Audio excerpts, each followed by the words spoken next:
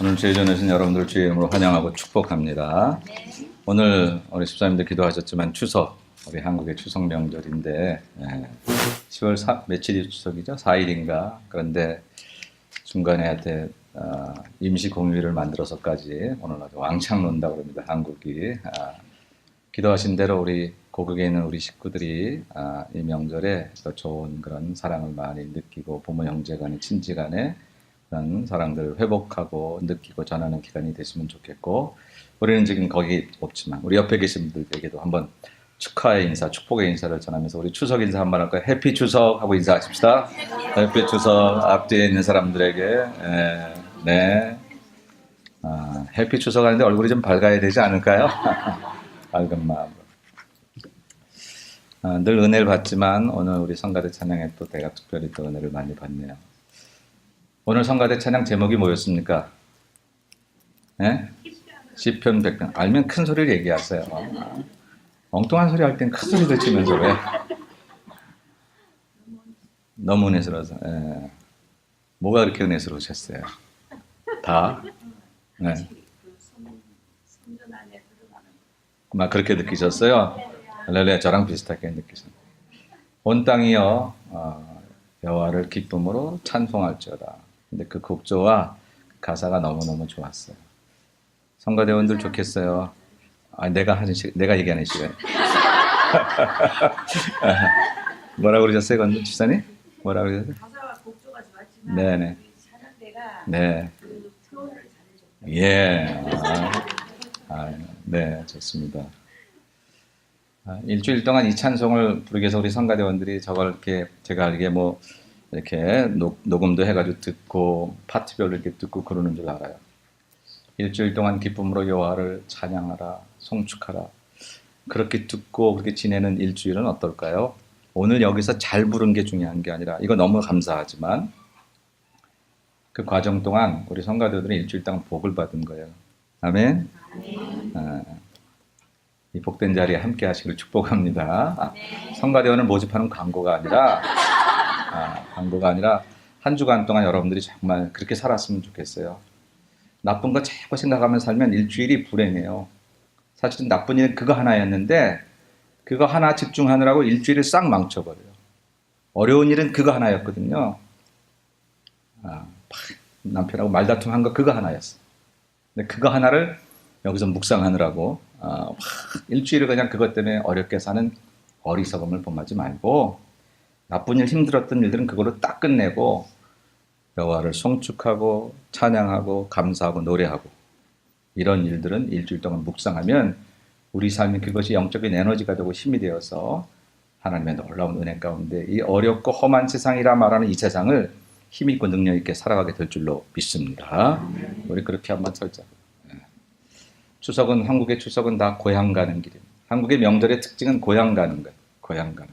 근데 왜 고향을 가냐면 거기 어머님, 아버님이 계시기 때문이지. 뭐 때로는 홀로 계시기도 하고 두 분이 안 계셔도 고향 땅, 그저 그 언덕만 봐도, 그 시냇가만 봐도 그래도 우리 마음이 평안함을 누리는 거죠. 물론 요즘에 고향은 많이 달라졌다죠. 많이 달라졌죠. 시골도 뭐 개발이 돼가지고 옛날 같지 않지만, 우리 이민자들은 이민 와서 한국에 한번 간다는 것이 그렇게 쉬운 일은 아닙니다. 그죠? 참 어려운 일이에요. 그러나 성경에도 보니까 아브라함을 비롯해서 모든 믿음의 사람을 고향을 떠난 사람들로 성경은 얘기합니다. 우리예요, 이민자. 이민자가 어떤 이름이야? 자꾸 뭐 이미자인가 이렇게 생각하시는 착각하지 마십시오. 이민해 온 사람들을 얘기하는 거예요. 이 이민자의 삶이라고 하는 거예요. 근데 성경에 보니까 이 이민자들이 고향을 떠났지만 고향에 돌아가기 위해서 애쓰지 않았다는 거예요. 왜? 더 나은 본향을 사모했으니까. 근데 그 본향은 하늘에 있는 것이라. 여기서 가든 저기서 가든 하나님 나라를 향해서 함께 가는 그 길이라 생각하고, 나가네 같은 인생이지만 갈 곳 없고 쉴 곳 없는 인생이 아니라 갈 곳 하나님 나라 확실하고, 쉴 곳 지금의 처소가 있고 함께 가는 길벗이 있고 믿음의 벗이 있고, 그러니 비록 타향에 있다 해도 그래도 우리 다 고향을 찾아가는 마음으로 오늘 하루를 살면 여기가 내 고향 되고 결국은 본향에 이르는 그런 삶을 살 거라고. 우리 민족의 명절을 맞아요. 이미 나서 혹시 고향을 그리는 그런 분들이 계시다면 마음에 형수병 가지지 말고 더 나은 본향을 더 나은 본향을 향해 걸어가는 우리의 발걸음을 더 기쁘게 걸어가시다면 언젠가 진짜 고향, 그곳으로 왔던 그곳, 우리가 나왔던 바로 그곳, 하나님 나라에 우리 함께 이르게 될 줄로 믿고, 이 가는 길 동안에 만나는 사람들을 사랑하며 살아가는 게 그게 신앙생활. 고향 가는 길에 만나는 사람, 천국 가서 봐야 되는데 여기서 미워하면 천국에서 어떻게 볼 것이며, 여기서 저 사람 싫다 하면 하나님 인정하신 그 사람을 천국에서 어떻게 같은 시민, 같은 백성으로 볼 것이며. 사실이요, 내 옆에 미운 사람이 있거나 힘든 사람이 있는 것은 하나님이 진짜 나를 잘 훈련시켜서 천국의 주인공으로 만드시려고 그렇게 하시는 거예요. 그거 통과해야 천국 가서 온전히 사랑에 거하지. 우리 한번 이 고향 가는 길에 만난 우리 길봇들, 정말 좋은 분들, 서로 많이 사랑하고 서로 많이 격려하고 당신이 있어서 참 좋다고 고백하며 살아가는 저와 여러분들 되시기를 주님의 이름으로 축복합니다. 예. 오늘은 사도행전 강의 15번째 시간으로 정말 예수님만이 구원자입니까? 정말 예수님만 구원자일까? 부처님은 안 되나? 마호멧은 안 되나? 그냥 종교 없이 착하게 살면 안 되나? 이런 질문들을 우리가 가질 수 있고, 혹은 우리는 그렇지 않은데 나가서 전도하려다 보니까 예수 믿으세요? 나는 절에 다녀요. 나는 성당 다녀요. 나는 뭐 어디 다녀요 하는데 왜 자꾸 교회 다니는 사람들은 자기한테 오라고 그래? 자기들만 구원이 있나? 기독교만 구원이 있고 교회만 구원이 있나? 왜 이렇게 배타적이야? 왜 이렇게 독선적이야? 지들만 잘났어? 뭐 이런 얘기를 듣게 되잖아요. 그럴 때 듣고 보니 그러네? 그러시면 안 되잖아요. 우리가 어떻게 얘기할 수 있을까? 오늘은 이제 그런 얘기를 좀 같이 나눠보려고 합니다. 오늘 얘기를 꺼내는 배경은 우리가 지난 사도행전 3장에서 시작된 안진뱅이 이야기의 연속입니다. 40년 동안 성전 미문에서 한 번도 서보지 못했던 안진뱅이가 베드로의 나사렛 예수의 이름으로 거르다라고 명했을 때 벌떡 일어났단 말입니다. 정말 놀라운 일이었죠.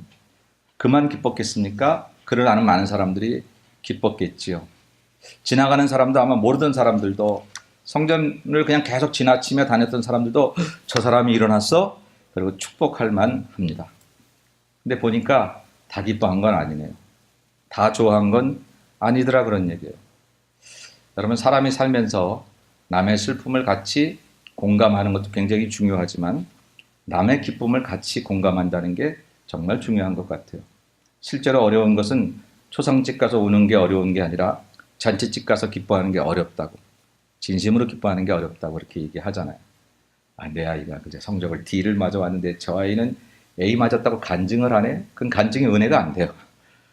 지 아들만 잘났어. 그리고 그게 참 어렵단 말입니다. 남에게 좋은 일들을 내가 함께 기뻐할 수 있다는 게 사실은 어떻게 보면 우리 신앙의 척도라고도 볼 수 있어요. 우리 신앙이 점점 성숙해져 간다고 하는 것은 남의 슬픔을 같이 공감하는 것도 맞지만 남의 기쁨을 함께 기뻐할 수 있는 것, 그것이 정말 중요한 신앙의 그레이드가 된다고 볼 수 있습니다. 그런데 오늘 그러지 못한 사람들이 있어요.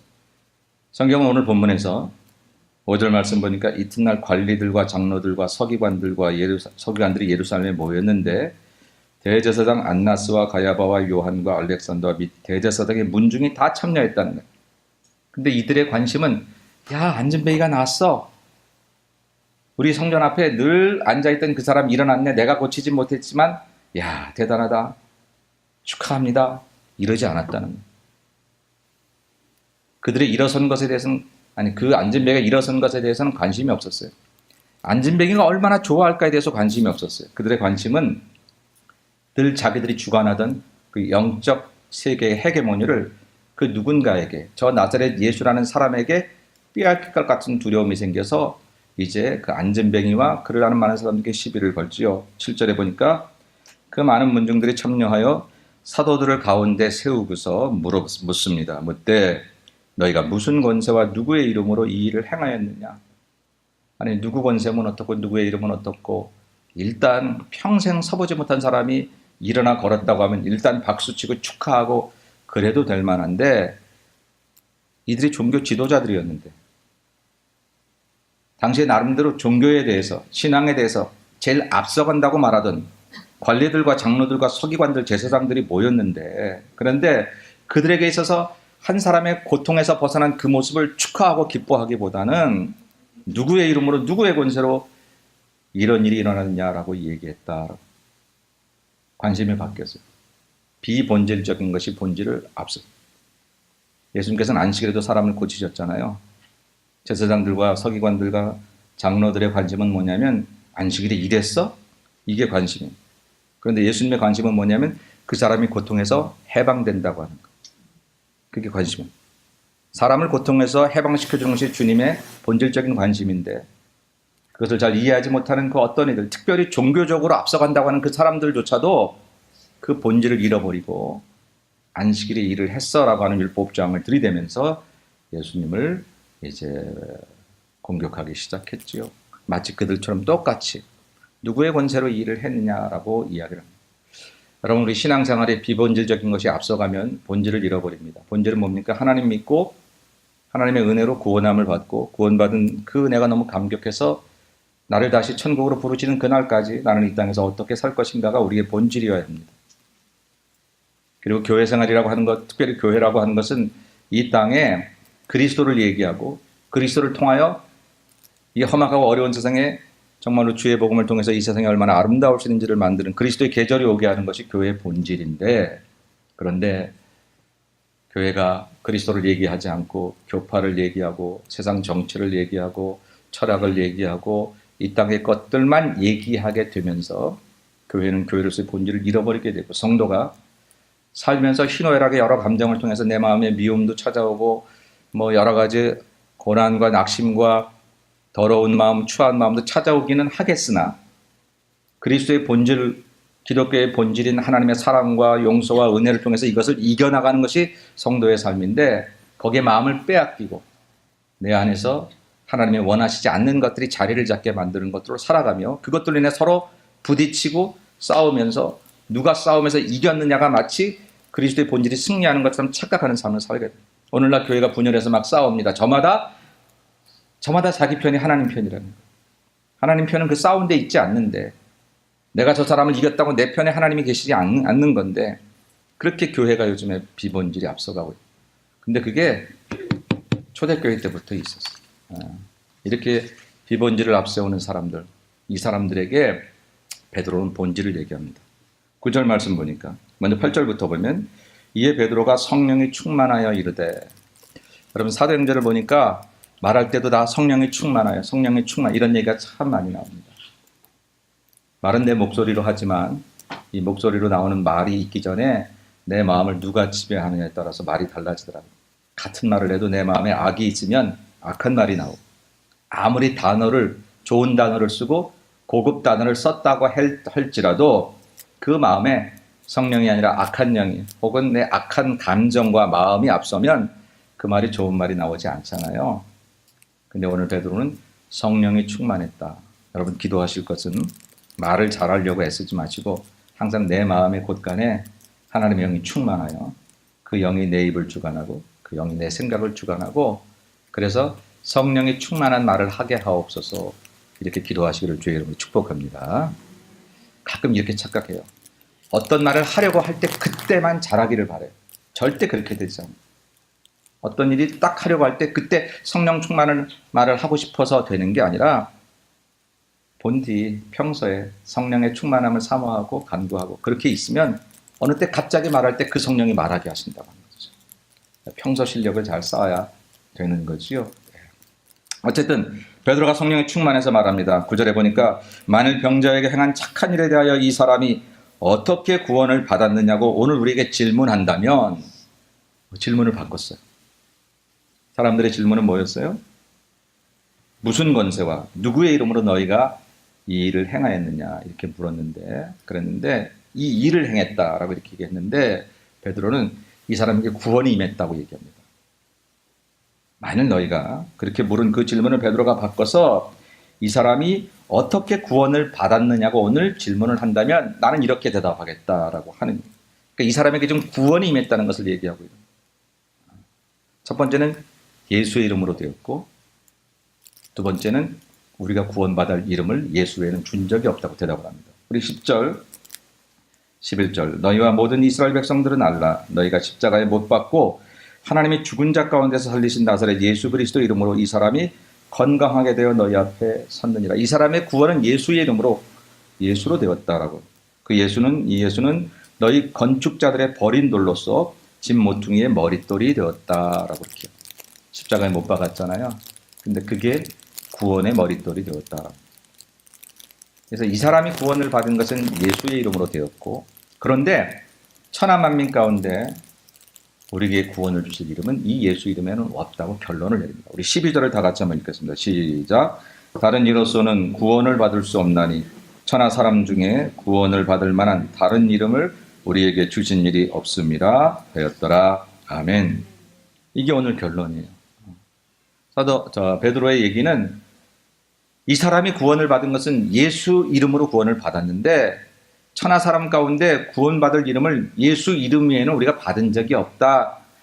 예수님만으로 우리는 충분하다. 예수만이 구원자이다. 라고 하는 얘기를 합니다.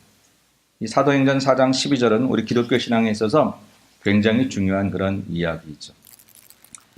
여러분은 오직 여러분의 구원을 위해서 누군가가 필요하다면 그분은 오직 예수님으로 여러분의 구원은 충분하다고 믿으십니까? 안 믿으시나 보죠? 다시 한번 묻습니다. 이건 중요한 질문입니다. 여러분은 정말 여러분의 구원을 위해서 오직 예수님만으로 충분하다고 믿으십니까? 아멘. 아멘? 아멘. 제가 강요해서 말한 거라고 하면 이제부터 다시 강요가 아니라 진심으로 그 대답이 나올 수 있도록 하셔야 하는 것입니다. 본질을 잃어버리고 신앙생활하면 안 돼요.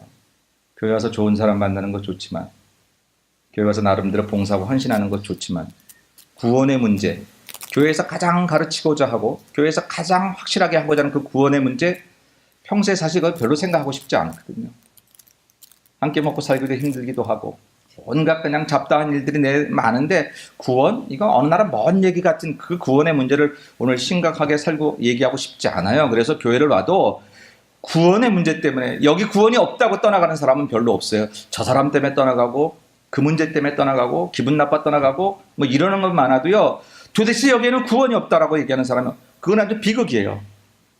이 구원의 문제가 우리에게 가장 본질적인 문제임에도 불구하고 이것이 비본질적인 것들에 뒤처져버렸다는 것은 참 안타까운 일이죠.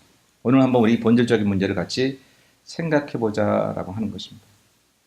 우리는 예수의 이름으로 구원을 받습니다. 오직 예수 이름, 그 이름 외에는 없습니다. 오직 예수.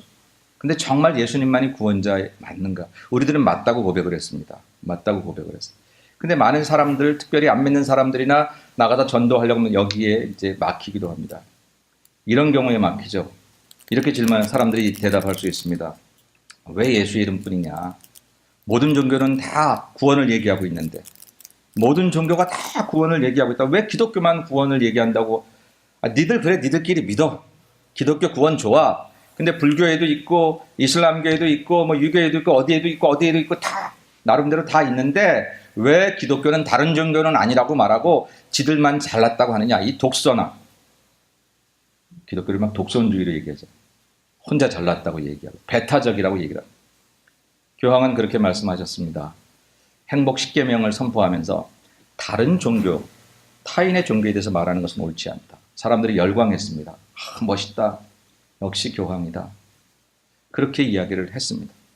근데 우리가 정말 예수만이 구원자라고 말하는 게 다른 종교에 시비를 거는 일일까? 다른 종교를 시비 걸자고 지금 얘기하는 걸까? 그게 아니거든요. 여러분, 모든 종교가 다 똑같습니까? 안 그렇습니다. 왜 안 그렇죠? 달라요. 믿는 대상이 달라요. 우리가 믿는 하나님과 알라신이 같을 수 없고요. 우리가 믿는 하나님이 부처님과 같을 수 없어요. 부처님 좋은 분이라고 생각해요. 이슬람은 뭐 나쁜 얘기만 하고 살겠습니까? 그러나 달라요. 우리의 믿음의 대상이 다른데 어떻게 종교가 똑같다고 얘기하겠어요? 믿음의 대상이 다른데 어떻게 구원의 방법이 같을 수 있으며 같은 그 종교를 믿거나 이 종교를 믿거나 결국 구원받는 거야, 그렇게 얘기할 수 있겠냐? 아니거든요. 믿음의 내용도 달라요. 우리는 예수 그리스도를 통해서 하나님을 고백하는 거예요.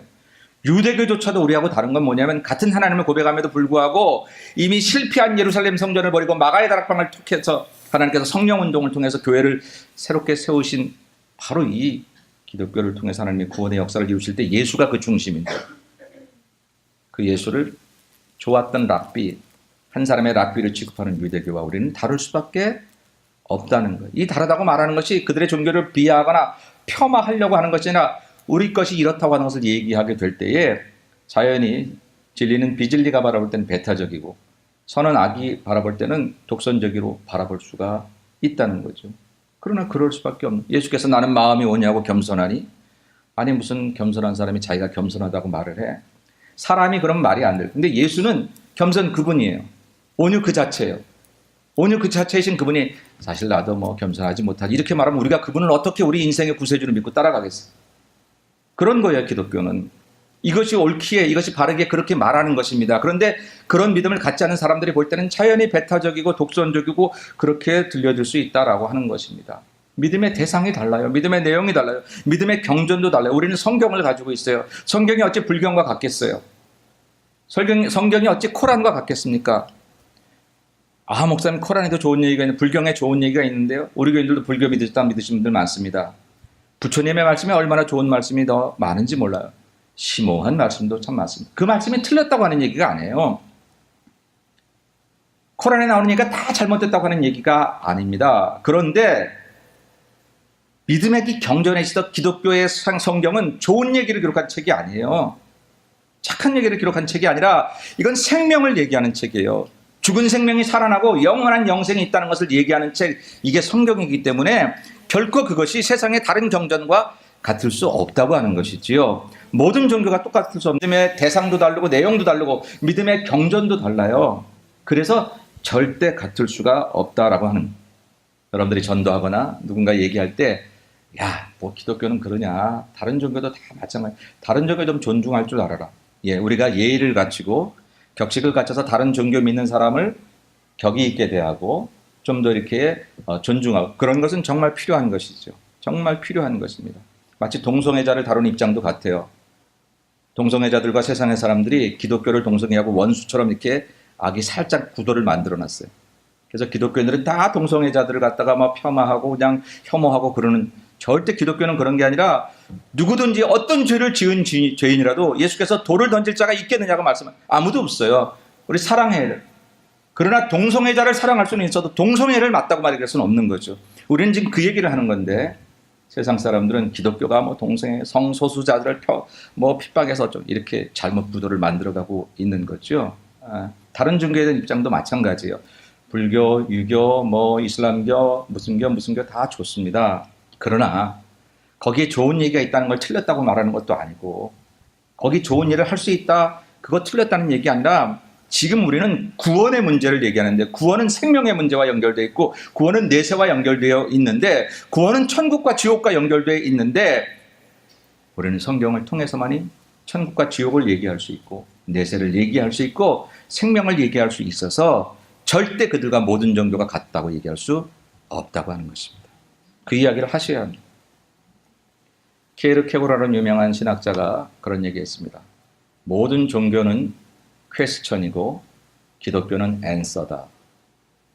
모든 종교는 질문이라는 거예요. 뭐에? 인간은 어떻게 살아야 바로 살지? 신은 존재하나? 우리가 사는 삶의 고통은 어떻게 해결하지? 모든 종교가 그걸 다룬다는 거예요. 세상의 모든 종교들이 우리 인생의 희노애락을 얘기하고, 그리고 바로 살기 위해서 애를 쓰고 이렇게 살면 좀 더 바른 삶을 살지 않을까 그렇게 생각을 한다는 거죠. 그런데 문제는 해답을 주지 못한다는 거예요. 착하게 살아야 되지 않겠어 말하던 그 교주가 죽었고요. 무덤에 들어갔고요. 율법은 남아있고 경전은 남아있지만 그 신은 온전히 살아있지 못. 근데 기독교가 앤서라고, 해답이라고 얘기하는 까닭은, 기독교는 예수 그리스도께서 죽음의 문제를 이기시고 부활하시고 영원한 소망이 되셔서 우리가 고민하던 모든 문제, 신은 살아계시는지, 우리 인생은 어디로 왔다 어디로 가는 것인지, 우리 인생의 고통은 어떤 의미가 있는지에 대해서 해답을 주는. 그래서 기독교는 앤서다.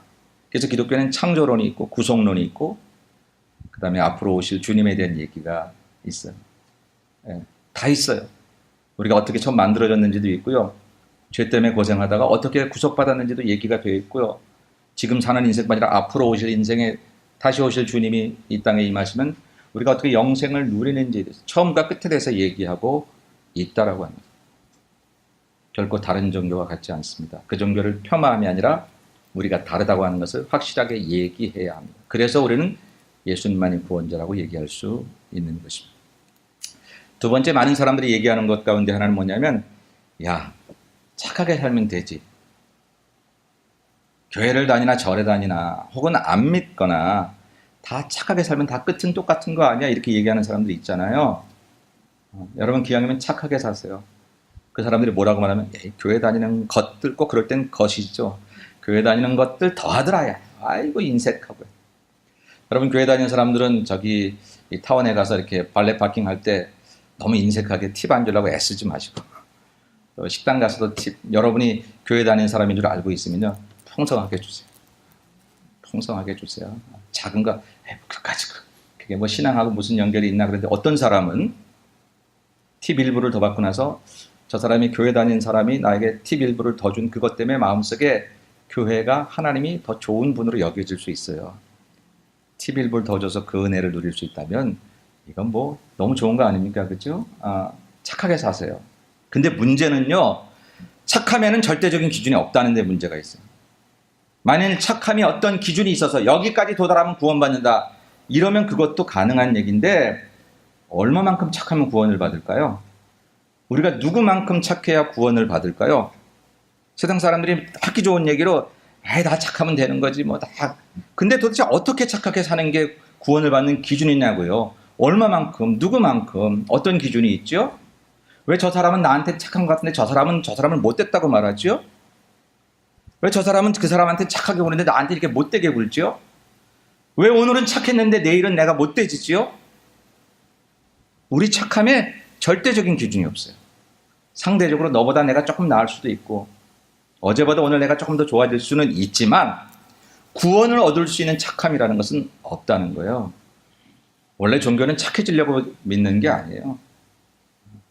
내가 얼마나 악질이고 죄인이었는지를 고백하고 이 악질 같은 이 죄인을 하나님이 얼마나 멋지게 변화시키는지 그걸 경험하는 게 종교고 신앙이고 그게 기독교 신앙이지. 바울은 그걸 경험했으니까 나는 죄인 중에 괴수라고 그랬어. 괴수. 두목이라고.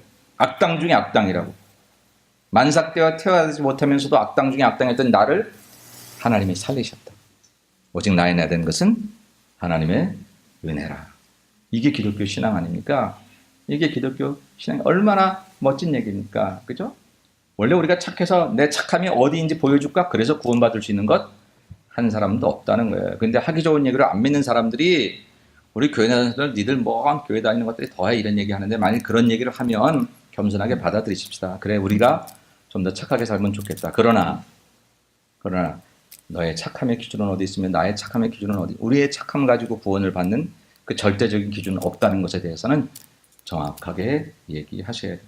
절대 그것으로 구원을 받지 못하기 때문에 우리는 예수 그리스도를 믿는 믿음으로 구원을 받는다는 이 믿음의 통로를 잊어버릴 수 없다는 것입니다. 또 이런 얘기들을 하기도 합니다. 야, 예수 믿어도 잘 사는 거 하나도 없더라. 야, 예수 믿어. 절에 가니까 더 잘 살고 딴 거 믿으니까 더 잘 살더라. 야, 푸닥거리해서 난 병 났어.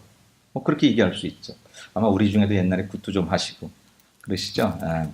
구슬했더니 막 병이 난 것 같고 난 그랬어. 교회 가서 기도해도 병 안 났더니 그랬더라. 이렇게 얘기할 수 있는 사람도 있단 말입니다. 그런데 사랑하는 여러분, 그건 본래 기독교를 잘 몰라서 그냥. 기독교는 병 낫기 위해서 오는 종교가 아니에요. 예수 만났더니 병이 나을 뿐이지. 기독교는 잘 살기 위해서 오는 종교가 아닙니다. 예수 만났더니 그분의 풍성함이 내게 주어져 공급하신 은혜를 따라 잘 살게 되어질 뿐이지. 기독교는 내가 세상 만사 편안해지려고 모인 게 아니에요. 믿은 게 아니에요. 주님 만났더니 그분의 평안이 내게 있어. 내가 세상이 주는 것 같지 않은 평안을 너에게 주리라 했더니 그분 안에 주신 평안이 내 안에 있어? 조건도 안 달라져. 월급도 안 올라. 세상 달라진 거 없어. 근데 어디서 오는 평안? 내 영혼 평안해. 그렇게 얘기되는 게 기독교지요. 그러니까 야, 예수 믿어도 잘 사는 거 별로 없더라. 뭐가 예수만이 최고냐라고 말하는 그 사람들에게 원래 예수 믿는 건 그런 것이 아니라는 것을 그들이 설득이 안 된다 할지라도 얘기하셔야 돼요. 예수는 그분을 만남으로 내 인생이 달라지고 내 삶이 변화되고 그래서 그분을 통해서 공급되어지는 그것들이 덤으로 쫓아오지만 예수를 만났다는 것 자체가 축복이라는 사실들을 우리는 이야기할 수 있어야 하는 것입니다. 예수를 만남으로 네가 어떻게 좋아졌느냐, 이것도 우리에게 결과로 따라오긴 하겠지만 70억 인구 중에 예수를 만난 사람은 이미 복받은 사람이고 70억 인구 중에 예수를 만난 게 축복받은 사람임을 세상 사람은 몰라도 이미 우리는 알고 있고 얘기할 수 있어야 한다는 거죠. 누가 너 예수 믿어 잘된 게 뭐 있어? 그럼 머리를 그렇게 말이야. 별거 없나 봐. 교회 다녀도. 이래서는 안 된다는. 그건 우리 기독교 본질을 모르는 것이라는 거죠. 네가 아무리 화려한 옷을 입고 아무리 대단히 잘 사는 것 같아도 내가 맞는 예수가 없다면, 내가 이렇게 초라하게 사는 것 같아도 내 안에 보배로운 예수 그리스도 그분을 믿고 사는 인생의 축복이라, 지금부터 내 사는 인생은 덤이야. 그러면 그분이 깜짝 놀라서 저 뭐 하는 짓이야? 저 뭐가 있어 이렇게 큰 소리를 치지? 뒤에 백이 있나? 뭐 그렇게 생각하게 될 거라는 거죠. 그렇기 때문에 우리는 예수를 만나서 영생의 복을 얻고 우리 인생에 참 구세주 되신 그분을 만나는 게 복이기 때문에 예수를 믿는 거지, 예수 만나서 얼마나 잘 살아졌느냐, 얼마나 좋아졌느냐를 판가름하려고 하는 건 아니다.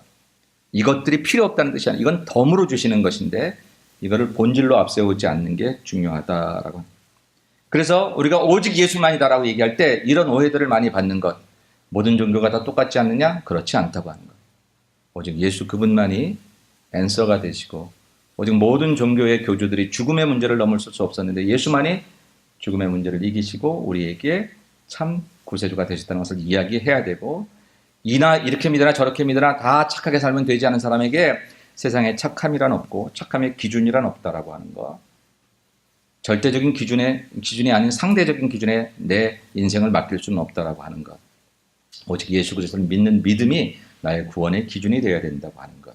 그리고 내가 예수를 만난 것이 복이지 그분을 통해서 얻은 것은 그냥 내 삶에 감사한 일일 뿐이야 라고 점잖게 말하면 저건 뭐야? 궁금해지고 호기심이 일어나고 예수가 정말 그래? 라고 얘기하게 될 것입니다. 오늘 베드로는 말합니다. 천하 사람 중에 구원을 받을 만한 다른 이름을 하나님이 주신 일이 없다라고 하는 것이죠.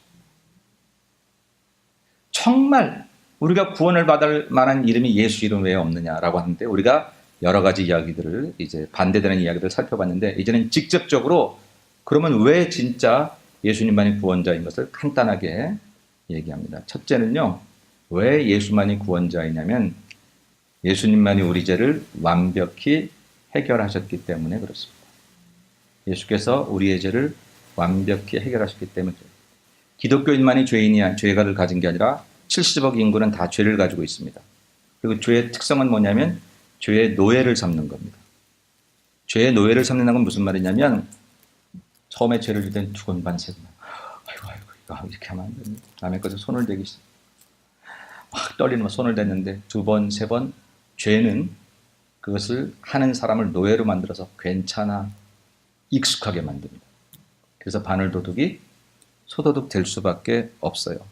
바늘 훔치면서 떨었던 그 떨림이 소를 훔칠 때 더 이상 떨려지지 않고 익숙하게 이렇게 살아도 되는 거지. 사람 다 그런데 라고. 그게 뭐냐면 죄가 가진 특성이에요. 사람을 노예 삼는 거예요. 자기의 노예로. 그래서 죄를 짓는 사람으로 계속 만들어 놓는 거다. 이거는요 도대체 인격으로 해결 안 돼요. 머리띠이고 그냥 뭐 이렇게 여러 가지 노력을 해보고 돌을 닦아봐도 이것은 해결되는 것이 아닙니다. 왜냐하면 그것을 해결했음에도 불구하고 또 다른 죄가 나를 찾아오는 거예요. 여러분, 사람은 원죄와 자범죄를 가지고 있습니다. 자범죄는 뭐죠? 내가 지은 죄를 말합니다. 원죄는 뭐죠? 내가 짓지 않았으나 나에게 주어진 죄를 말합니다. 아담의 범죄 이후로 사람은 원죄를 가지고 태어났다고 해요. 이 원죄에 대해서 이해를 잘 못하는 경우들이 많아요. 원죄는 쉽게 말하면요, 죄를 배우지 않아도 지을 수 있는 능력이에요. 나는 죄를 배운 적이 없어요. 내 부모가 죄를 가르쳐준 적도 없어요. 근데 2살짜리, 3살짜리도 그들이 지을 수 있는 악한 범죄를 해요.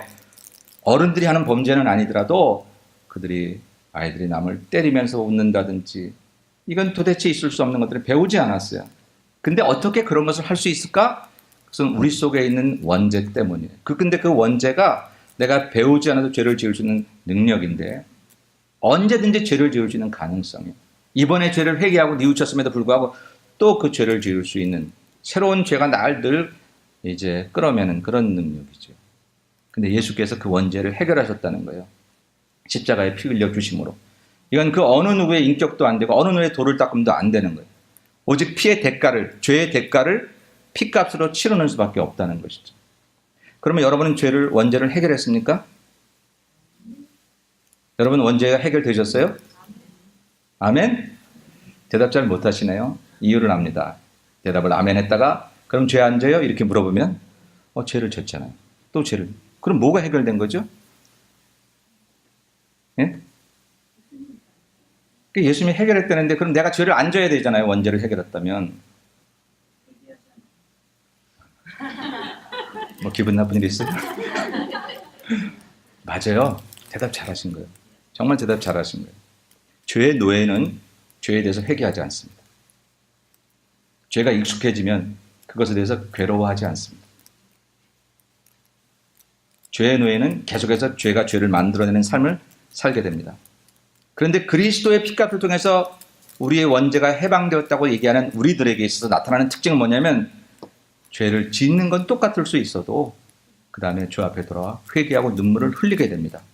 그리고 가능한 그 죄를 다시 안 짓게 되거나 혹은 또 짓게 돼도 또 회개하게 되고 누군가는 말합니다. 그렇게 또 회개하고 또 눈물 흘리면 그 회개가 엉터리가 아니에요. 아니, 엉터리 아니에요. 진심으로 회개했는데 또 넘어질 수 있어요. 우리 약한 본성 때문에.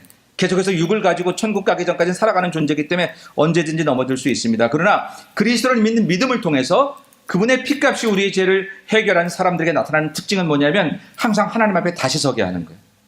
다시 용서함을 구하고 다시 주 앞에 섭니다. 정말 자기를 괴로워하면서 어떻게 하나님 면목이 없어요. 어떻게 7번이나 8번이나 이렇게 또 서게 되지요? 라고 하면서 결코 죄의 노예가 되어서 회개하지도 않고 눈물을 괴로워하지도 않고 죄 때문에 주저하지도 않고 그렇게 살아가는 삶이 아니라 죄를 지는 게 잘한 건 아니지만 넘어진 게 잘한 건 아니지만 그래도 넘어지고 나서 그래도 교회를 향하여 다가오고 십자가 앞에 엎드리기를 하고 부끄럽고 얼굴 면목이 없어도 그분이 나의 하나님이라고 다시 그분 앞에 찾아오게 하는 것은 우리의 의지나 우리의 인격이 아니라 그것은 우리의 죄를 회개하게 하시고 해결하신 하나님의 은혜인 줄로 믿습니다. 그래서 회개하는 것도 하나님의 은혜예요. 하나님의 은혜가 아니면 회개할 수 없거든요. 얼마나 감사해요. 이게 예수 그리스도의 이름을 통해서 이루어진 사건이라는 거예요. 세상에 그 어떤 것들로도 우리의 죄값을 대신해서 죽은 이가 없어요. 공자님 좋은 말씀 하셨지만 부처님 좋은 말씀 하셨지만 마음에시 좋은 얘기들 많이 했겠지만 그들이 아름다운 나라를 만들고 아름다운 세상을 만들기 위해서 애썼지만 이렇게 사는 것이 바른 길이라고 외치기는 했지만 나의 죄를 위해서 우리의 죄를 위해서 세상 모든 사람의 죄를 위해서 죽은 이는 다 한 사람도 없다는 거예요. 죄값을 해결할 수 있는 사람은 한 사람도 없다는 것이지요. 해결할 수 있는 능력이 없어요. 근데 우리가 믿는 예수님은 하늘과 땅을 가르시고 하늘에서 이 땅에 내려오신 하나님이시자 사람이십니다.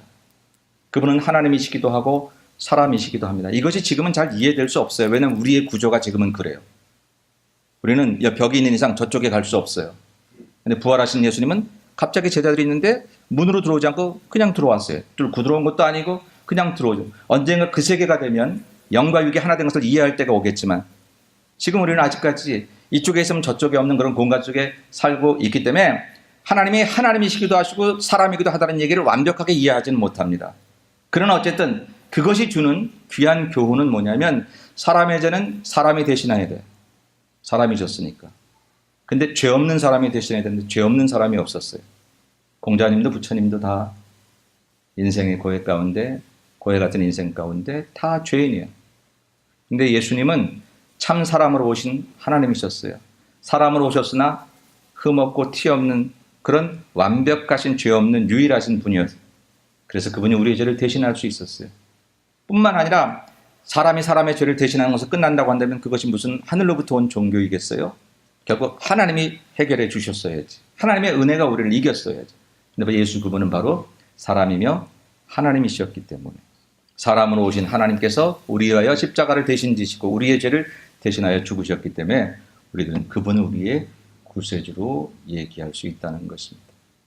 신이 되어 사람이 되시고 사람 된 그 사람이 사람의 죄를 위해 십자가를 지고 죄값으로 죽어진 목숨을 내놓은 사람이 예수 외에는 없는 거예요.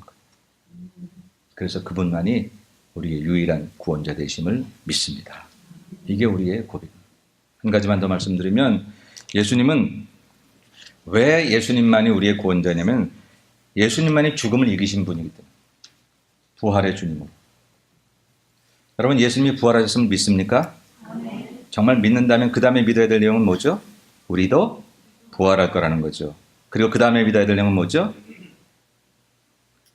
오늘 여기서도 우리 부활신앙 가지고 살아갈 수 있다는 것이죠. 이게 부활신앙이거든요. 세상 모든 사람들이, 모든 교주들도 죽음을 이긴 사람은 한 사람도 없더라. 오직 예수님만이 나는 부활이요 생명이니 나를 믿는 자는 죽어도 살겠고 무릇 살아서 나를 믿는 자는 영원히 죽지 아니할 것이래. 종교는 내세를 얘기하지 못하면 종교가 아닙니다. 그런 점에서 유교는 종교가 아닙니다. 공자님은 내세를 얘기하지 않았어요. 살아가면서 사서상 삼경, 삼강오륜, 어떻게 하면 잘 살지 뭐 그런 얘기 하셨어요. 좋은 얘기지만 내세를 얘기하지 못해서 종교가 아닙니다. 종교는 내세를 얘기할 수, 천국과 지옥을 얘기할 수 있어야 돼요. 사는 동안만이 아니라 우리 목숨이 끊어지면 그 다음에 어떻게 되지에 대해서 얘기할 수 있어야 그게 바로 종교인데, 많은 종교들이 그 세계를 얘기하려고 하는데 못해요. 우리의 인생이 전생이 있고 또 죽어서 환생하고 그럴 수 없습니다. 생명은 오직 하나. 여러분, 지금 여러분의 인생은 연습이 아닙니다. 이번 생에 잘못 살면 다음 생에 잘 살지, 이번 생에 못하면 다음 생에 완전한 사랑을 하지. 천만의 말씀. 인생은 연습이 아니에요. 오늘 이 순간 연습 잘해서 내일 다시. 아니에요. 오늘은 오늘대로 평가를 받는 유일한 날이에요. 인생은 딱 한 번뿐이야. 결코 전생, 후생 그런 거 있을 수 없습니다. 인생이 뭐 죽으면 끝나는 거지. 그럴 수 없어요. 만약 그런다면 이 인류 역사는 너무 혼탁해졌을 거예요. 너무 억울하죠, 인생이. 사람은 죽어서 귀신 되는 것도 아니에요. 사람은 사람일 뿐이고 귀신이라는 영물이 있어요. 그럼 도대체 우리 죽음 다음에 남아있는 게 뭐예요? 천국과 지옥뿐이에요. 근데 그것을 착해서 가는 것도 아니고 노력해서 가는 것도 아니라 예수 그리스도를 믿는 믿음을 통해서 간다고 우리는 얘기하고 있고, 그 믿음을 통해서 천국과 지옥 그 얘기를 확실하게 할 수 있는 부활의 구세주가 예수님이기 때문에 우리는 오직 예수님만이 구원자이다 이렇게 믿는다. 여러분이 예수를 믿는다는 얘기는 여러분 천국 간다는 얘기와 직결하는 것입니다. 반대로 말하면 지옥 가지 않는다. 많은 사람들이 그렇게 말합니다. 야, 기독교는 지옥을 가지고 겁준다. 목사들이 강단에서 지옥 얘기를 해서 성도들에게 헌금 강요하고 잘 믿어야 되고 뭐 이렇게 협박한다고 해요. 제가 지옥 얘기를 하는 것이 여러분 협박으로 들리십니까? 목사님 협박하네요. 여기 독약이 있다고 치십시다. 옆 사람에게 혹은 자기 아들에게 너 이거 독약 먹으면 죽는다. 협박입니까? 협박이 아니라 사랑이지. 얘가 모르고 이거 먹으면 큰일 나니까 얘 손이 닿을 수 있는 곳에 이게 있어서 자칫 내가 못 보는 사이에 이걸 먹을까봐 너 저거 먹으면 죽어 라고 말하는 게 협박이에요? 사랑이지. 왜? 이게 독약인 줄 아니까. 정말 미안한 얘기지만 예수 생명 외에는 우리를 천국으로 인도할 그 어떠한 세상의 교주도 교리도 없기에, 그래서 우리가 예수를 믿어야만 산다고 말하는 게 협박이 아니라 사랑이지. 나 외에 다른 신을 섬기지 말라는 게 협박이 아니라 그건 진정한 사랑이지요. 오직 그래야 생명을 얻기 때문에 그렇다라고 하는 것입니다. 저와 여러분이 기독교 예수님만 구원하는 것은 배타적이거나 독선적인 우리의 사상이 아니라 다른 종교를 폄하하거나 그리고 다른 종교에 대해서 나쁘게 얘기하려는 게 아니라 이게 생명의 물인 줄 아니까, 이 물을 먹어야만 사는 줄 아니까. 아니, 우리가 생수를 길어다 먹을 때도 저기서 터져 나오는 생수가 진짜래. 그럼 그 물만 먹더라고요, 사람들이. 그리고 그 물 먹으면 진짜 좋아지는지 안 좋아지는지 나는 모르겠지만 몸이 다 좋아졌대. 물 하나 먹으면서도 그렇게 하는데 영수의 근원이 되시는 예수 그리스도, 바로 그분을 믿는 것이 이게 진짜라고 얘기하지 못하고 우리가 예수를 믿는다면 그건 우리의 믿음이 잘못된 거예요. 비본질적인 것, 교회 가서 좋은 사람 만나서 행복하고 교회 가서 남 도움 받으니까 좋고 뭐 이런 거에 우리가 마음을 빼앗기는 것은 진짜 이건 예수 믿는 게 아니라고 하는 것이죠. 그건 다 덤으로 주어진 것입니다. 이제 오늘 10월의 첫날, 특별히 고향 가는 날, 추석 명절, 언젠가 우리도 하늘나라 본향에 가겠지요. 인생이 단주라 그렇게 살다가 그날에 가서 지옥이 내 눈앞에 있다면 그건 정말 말이 안 되는 거예요. 거듭 말하지만 이것은 우리에게 있는 오늘 이 사물이 여기에 있다는 현실처럼 정확한 현실입니다. 다시 오실 주님이 우리를 위해서 영원한 세계를 준비하고 있다는 것도 너무나 명확한 현실이고, 우리가 이 땅의 생을 다하면 천국과 지옥 예수의 이름으로 생명과 멸망으로 갈라진다는 것도 명백한 현실일진데 오늘 이 믿음을 다시 한번 고수하고 정말 우리에게는 예수 이름, 그 이름만으로 우리가 구원을 받는 이 자리에 우리를 초대해 주신 하나님께 너무너무 감사. 블레싱 60일 기간 동안에 그것을 다시 한번 회복했으면 좋겠어. 내가 하나님 앞에 나오게 된 게 얼마나 좋은, 내가 교회 와서 이렇게 예배를 드리는 게 얼마나 이게 축복이냐라는 것을 회복하고, 그럼 그 기쁨이 진짜 기쁨이라고 믿어지거든. 누구를 붙잡고라도 그 복음을 전하고 예수의 이름을 전하고 그 사람을 존중하고 사랑하되 예수밖에는 안 된다는 사실에 대해서는 양보하지 말고 그렇게 사는 것이 우리 기독교인의 삶임을 다시 한번 고백해서 평범한 어부였던 베드로가 그 휘황찬란한 종교 지도자들 앞에서 담대하게 예수 이름 외에는 우리에게 구원받을 이름이 준 일이 없다고 그들을 교훈하고 책망하는 멋진 이 선포를 했던 것처럼 우리가 세상에 나가서 내가 믿은 하나님만이, 내가 믿은 예수님만이 참 구세해 주심을 고백하고 그것 때문에 행복하게 사는 여러분의 모습을 보여주고 살아가시기를 우리 주님의 이름으로 간절히 축원합니다. 기도하십시다.